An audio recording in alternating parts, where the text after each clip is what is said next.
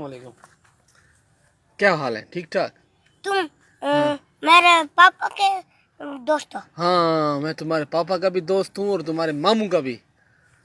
मेरा तो मामू नहीं है। तुम्हारा मामू क्यों नहीं है? ये दनियाल तुम्हारा कौन है?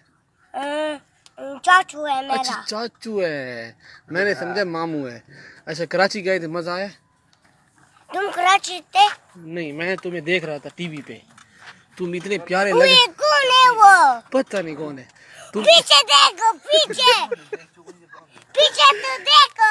किधर किधर किधर? उधर देखो। मुर्गी है, मुर्गी मुर्गी है। मुर्गी नहीं है, ये मुर्गी नहीं है। अच्छा, क्या है? क्या है? क्या है? मुर्गी नहीं है तो क्या है? हैं? अच्छा, इधर आओ ना। कराची में मजा आया था?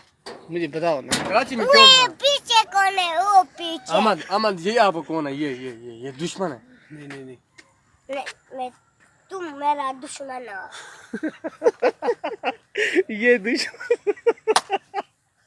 अच्छा, ये आपका दुश्मन है, मैं आपका दोस्त हूँ। मैं तुम मेरा दोस्त हो। ये दोनों मेरा दोस्त है। अच्छा, हम दोस्त हैं। ये है। क्या बात है मोटू। ओए चुप हो जाओ मोट का बच्चा। अच्छा, चाचू कैसा है तुम्हारा? चाचू ठीक है?